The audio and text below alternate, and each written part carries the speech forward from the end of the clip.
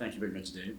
And first of all, I'd like to thank the organizer of Sophian Institute Corporation for providing such an occasion to come here and present our data in front of you. And I'm very happy to be here. I love this city of Cambridge, so I'm happy again. And what I'm going to talk to you about is, usually I'm working on the synaptic transmission. I work on brain slices and behaviors, and my main subject is the pain. So pain-associated plasticity in the central nervous system, like the amygdala or the lateral parietal nucleus. But today I'm not going to talk on this subject. I'm going to talk about P2X receptors that are activated by ATP. So this is a presynaptic terminal, and more than 400 kinds of molecules are expressed in this tiny structure, which is smaller than 1 micrometer. And there are a lot of molecules playing very complicated, orchestrated roles in these structures like this. And there are some synaptic molecules involved in synaptic vascular trafficking, endocytosis, and modulation of transmitter release, maintenance of membrane potentials, and calcium-dependent transmitter release, which is the most important role of the presynaptic terminal, and transmitter synthesis, storage, and the uptake, and synapse formation, and neural interaction. All these functions, all the molecules that are involved in all these functions are compacted into this tiny structure. And if you look at in close like this, you can identify many molecules like that. But in fact, this is a very tiny part, and the question where they are produced is, to answer that question, it is produced in the soma, which is very far away, sometimes 1 meter far away from this terminal, tiny terminal. So the question is, it makes it quite difficult to manipulate the expression of these molecules that are specifically expressed and play roles in these terminals. So this is the most important and difficult part. So we know a lot of ion channels. I go back one slide. All these written in bold letters are ion channels. So we know that there are so many huge classes of the ion channels expressed on the presynaptic terminal, but we don't know how to modulate and manipulate all these things because they are produced far away. And there are some methods to address these kind of issues, but it is quite artificial situations, like the cells in culture. This is also cells in isolated, mechanically isolated cells, and this is a very unique preparation of OTAPs. And only in the naive brain structures, there are many papers using this giant synaptic button of calyx of head, but this is very exceptional synapse onto which you can patch onto the presynaptic terminal, but this is completely exceptional in the whole brain. In the whole brain, you cannot patch onto the presynaptic terminals. They are too tiny. So I changed a little bit to the story of the ATP. I'm going to talk about the ATP. ATP, I believe that there is no one who doesn't know ATP here in this room. So ATP is a very important energy donor. And inside of the cell, the concentration is quite high, like 5 millimolar or something. And the concentration changes in response to hypoxia, hypoglycemia, etc. It is generated effectively by mitochondria and etc. However, recent studies indicate that ATP is also present in the extracellular milieu, and so they function as an endogenous ligand for ATP receptors, of which I'm going to talk to you about, and this is also the endogenous precursor of adenosine receptors, so it might function as also the endogenous ligand for adenosine receptors. And also, this is kind of a transmitter stored in the vesicles, so it is kind of the non-adrenergic, non-cholinergic messenger. And also recently, people have demonstrated that astrocytes, particularly astrocytes, release this ATP molecule onto the extracellular milieu, so which is termed as gliotransmitters. And also, there are some ectokinases which requires phosphates, so sometimes extracellular ATP can be the phosphate donor for ectokinase. So they have many roles in the extracellular milieu. So they are not always only inside of the cell. And the people have identified the receptors that are activated by extracellular ATPs or adenosines. So there are two classes.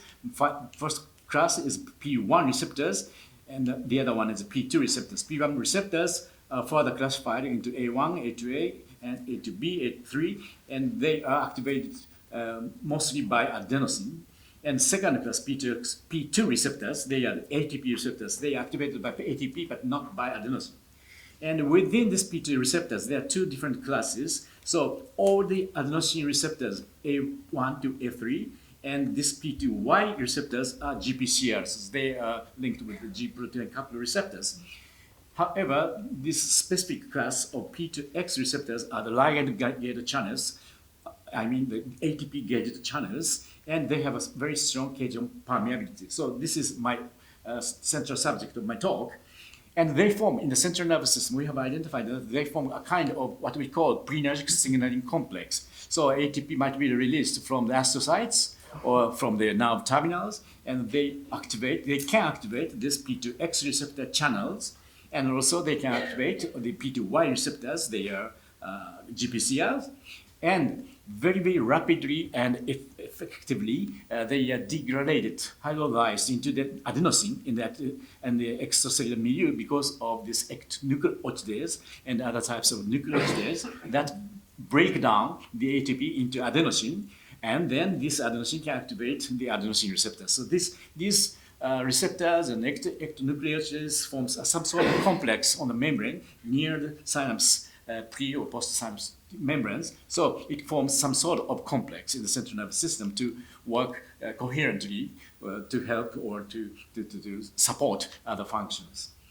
And so what we were interested in was these P2X receptors. We tried to make many brain slices, and we applied ATP and to see what happens. And every time we spend 3 years to just applying the ATP. This is a long and old story, but all what we could see was the adenosine effect. So this means that there's this degradation of ATP into adenosine is very, very rapid and effective. So in this case, this is evoked potential. So this is action potential dependent, calcium channel dependent release of glutamate, and this is inhibited. This release was inhibited by ATP, but this was blocked by adenosine A1 receptor blockers. So this means that the ATP was degraded into the adenosine and activates presynaptic A1 receptor that are coupled to the N-type voltage-dependent calcium channels. And so we were not so happy with this because it was the expression of the molecule was very, very evident, but it was quite difficult to find the effect of applied exogenous ATP. And finally, carefully looking at all these traces, one day we found that there is an increase of this spontaneous glutamate release, what we call miniature EPSG.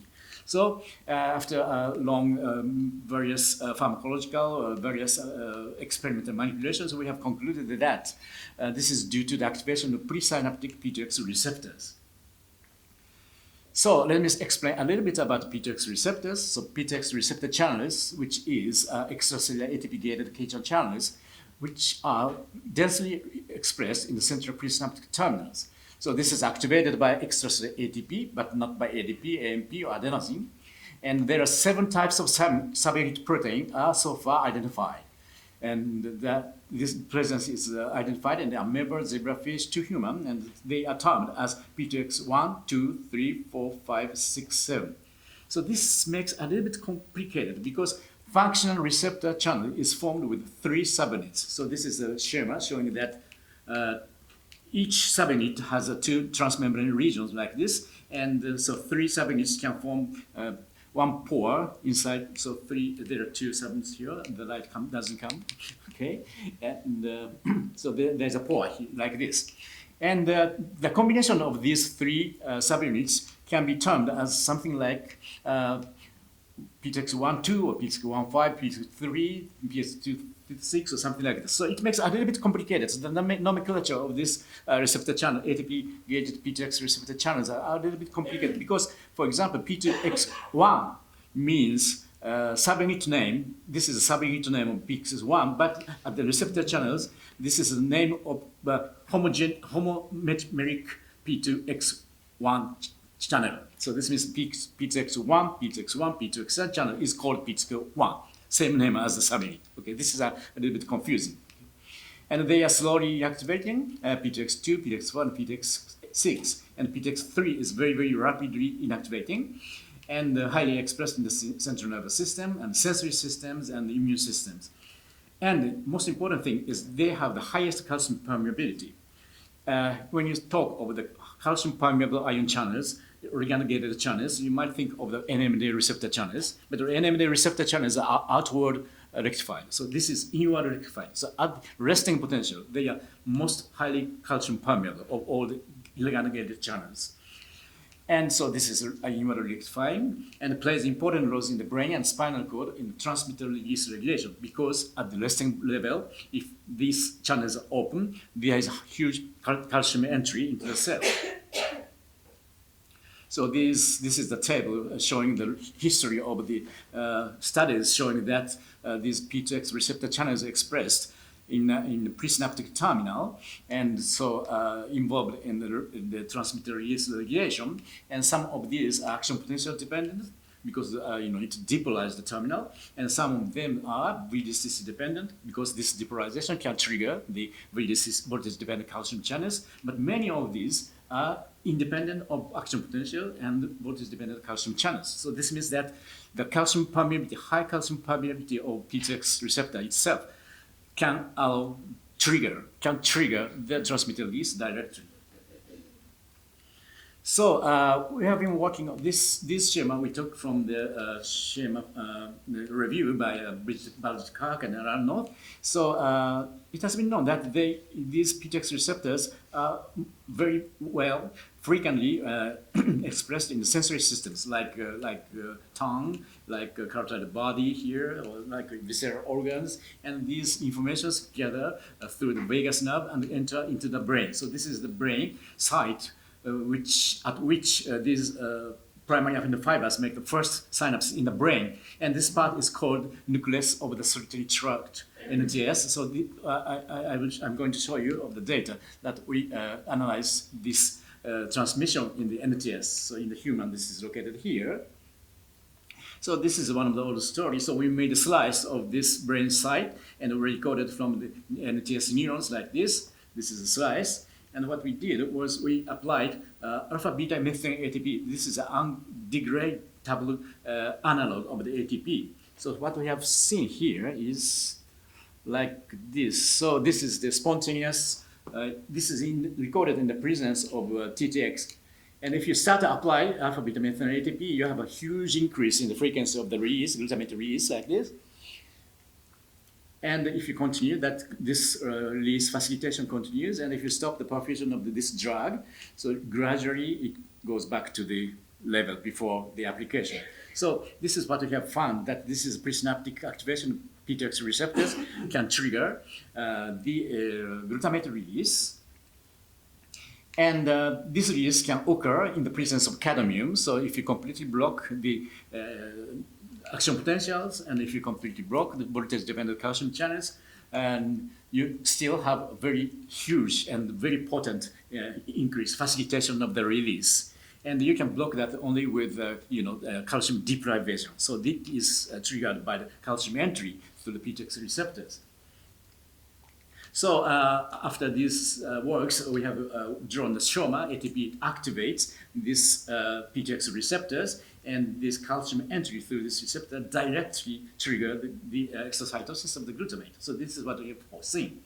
But when I show you this movie, you might have noticed that the onset of the increase in the facilitation was a little bit slow, and it remained a little bit long time like this. So recovery is also slow. So one might ask whether this is really due to the direct calcium entry to the P2X receptors.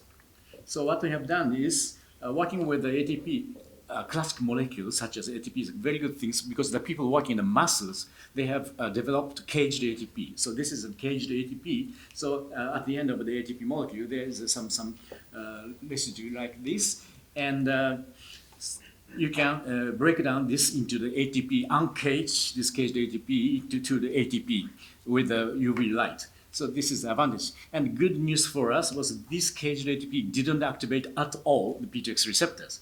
Okay, so this is the experimental system, and the laser we used was we could focus the beam down to 3 micrometers. So this is the size of the synapse that we made from our NTS synapse, and this is 1 micrometer. So we can focus and narrow the beam almost down to the synapse size.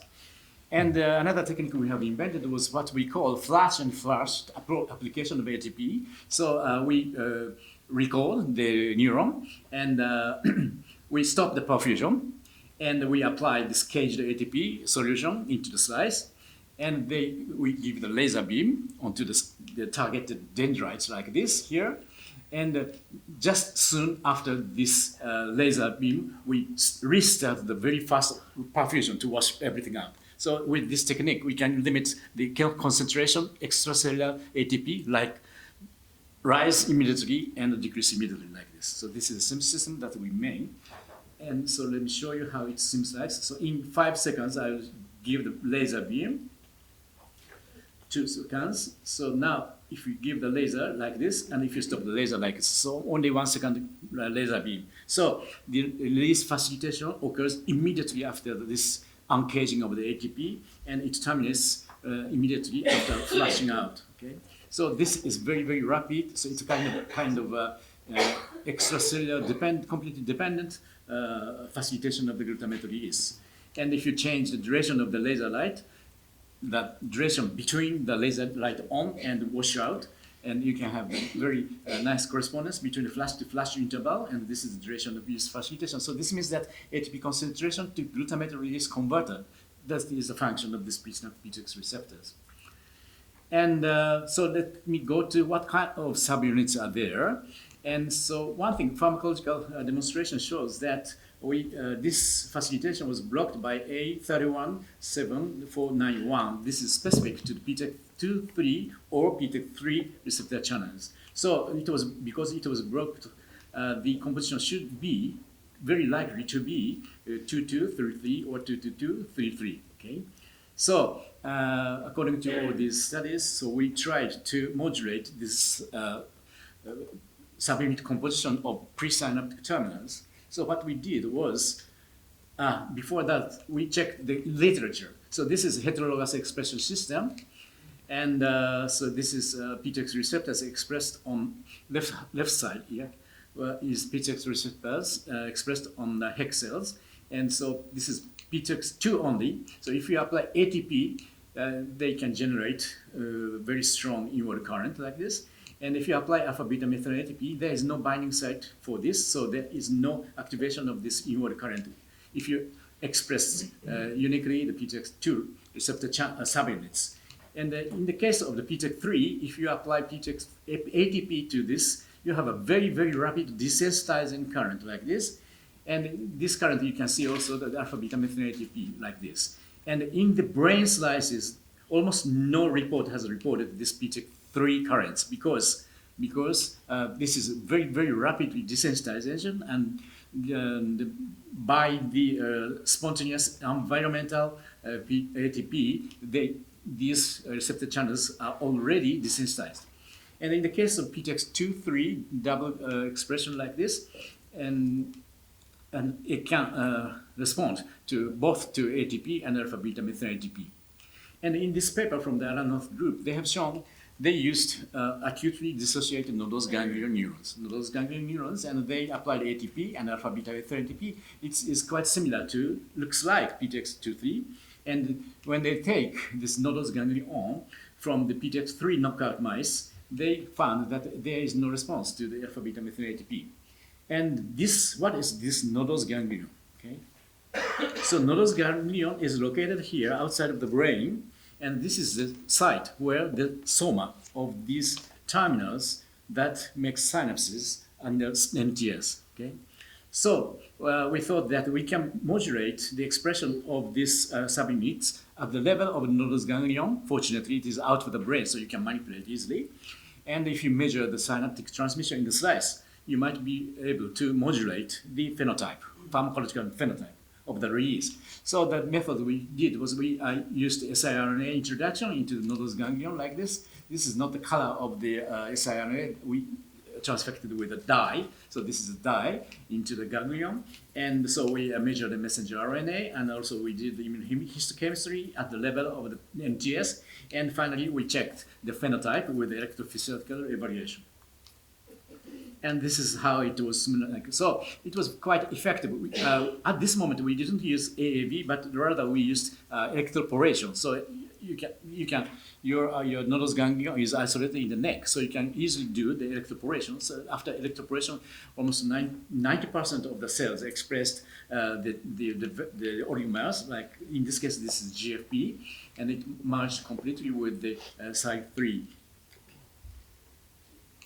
So this is the messenger level. So we combined 3 different types of siRNA to have the maximum effect and the minimal side effects and off-target effects. And so this is quite effective to reduce the expression level of PTEC3 messenger RNA. And so you don't have this effect with the PBS injection, and this is not treated. And at 3 days after this injection, we had a decrease of this messenger RNA level, and it recovered gradually. So at 3 days, but the level of the NTS, so this is immunohistochemistry for the against the PTX3 channels. So this is immunohistochemistry, and this is the NTS. So you can see a lot of PTX receptors. PTX3 subunits are expressed here. But when you follow, this is the PBS injection, and this is the siRNA injection after 3 days, 7 days, and 15 days. The level of this fluorescence decreases. The maximum decrease was observed at D7 and gradually increased, but anyway, it remained decreased. The level was almost below 40%. And if you compare two sides, because we transfer the siRNA into only this right side of the brain. So if you compare the left and right, and the right side NTS, there's a much fewer expression of PTEC3 channels compared to the left side. Okay? So using these preparations or animals, we made a patch camp recording from these terminals. So we recorded miniature EPSC from this NTS, left side and right side. So this side, this is the non-treated side. If you apply ATP, you have a very nice increase in the EPSC, facilitation of the glutamate release. Like this is 1, this is 2. So if you apply ATP, you have a nice increase. And this is siRNA transfected side. So if you apply ATP like this, you have a very similar increase in the glutamate release in response to the ATP application. When you apply alpha-beta methylene ATP, and this is the result of the non-treated side, so this is non-treated side, so the alpha-beta methylene ATP could facilitate the transmitter release as the ATP did, like this. And when you go to this side of the right side, where you injected the siRNA into the nodose ganglion, this facilitation of alpha-beta methylene ATP was almost gone, or very so much reduced, like this. So this is a summary of the results. So this is the ATP response to the ATP, and this is the alpha-beta methylene ATP. So we choose the concentration of these drugs so that they could have the similar type of facilitation like this. And in contrast to this, in the side where you injected the siRNA against the PTX3 in the nodose ganglion, this response, response to ATP is a little bit reduced, but not significantly. But anyway, the response to alpha-beta methylene ATP was significantly and largely reduced. So this is the ratio of the response to the alpha-beta methylene ATP over that to ATP. And so we compare, this is non-treated side, this is siRNA injected side, so we could observe the reduction. And this means that the final receptor channel composition has changed. So the conclusion is, so in the native state, there must be some PTX3 2 channels or PTX2 channels are expressed, and these channels might be expressed, PTX3 only homogeneous channels might be expressed, but they cannot be activated because they are very easily desensitized. And according to the study by the Jiang Linhua, with this combination of 3 and 2, there could not be the two PTX2 subunits. So this possibility would be excluded. So what we have observed is if you knock down the expression of PTX3, the only remaining subunit are PTX2. So ATP can only activate this, and the alpha beta methyl ATP lose its activity, it loses its effect on this. So a large portion of presynaptic PTX receptor channels in the NTS is formed of PTX233. So one PTX2 subunit and two PTX3 subunits, indicating two different types of subunits are constantly transported, because if you knock down one of them at the level of the soma, within 7 days, the final pharmacological phenotype is modified, it's changed. And so heteromerization is not necessary for the axonal transport. So this is where my laboratory is located. I came from the very, very center of Tokyo. This is the world's biggest fish market here. And this is, my laboratory is on the 11th floor of this building. And so if you have any chances to come to Japan and Tokyo, and so if you want to visit the emperor here, the emperor has changed recently, so if you want to visit the new emperor, and if you are refused, please visit my laboratory. You are welcome. So these are the people that made all these studies possible. Thank you very much. Thank you. So I think we're having a bit of a competition as to where to go, Côte d'Azur, Stevenage and Tokyo. Okay. Questions? Are there any questions? So in terms of the modulation, it's clear that ATP can modulate transmitter release. Where does the ATP come from? Yeah. The most important question. So we have worked a lot, because all these synapses that we are dealing with is completely wrapped by astrocyte processes, fine processes of astrocytes wrapping, if you look at the electron microscope. So we have tried many things to stimulate all these astrocytes, and we have slight evidence showing that there would be some ATP release in some specific occasions, but they are not so effective. So it remains questionable whether these astrocyte processes can release directly to the ATP. But somewhere around in these brain structures, or somewhere near the vessel, because synapses are very far away from the vessels, there could be some release of ATP. So these presynaptic receptors are detecting some sort of leaked ATP around the environment. Annette? Voltage-gated calcium channels need to be very near the release site. So is there any idea as to where these P2X receptors are near to vesicular release sites? We have done many electron microscope studies, but we don't have yet where they are located. But at least what we know is, as I have shown you, activation of these P2X receptors can trigger multivesicular release. So this means that the calcium entry through these P2X receptor channels can activate all these docking sites around the. So what we are thinking of is, the calcium entry is very huge and continuous. So it go to increase the overall calcium concentration around different release sites, and it causes very effective multivesicular release. Okay, I think we'll move on. Thank you very much for your presentation.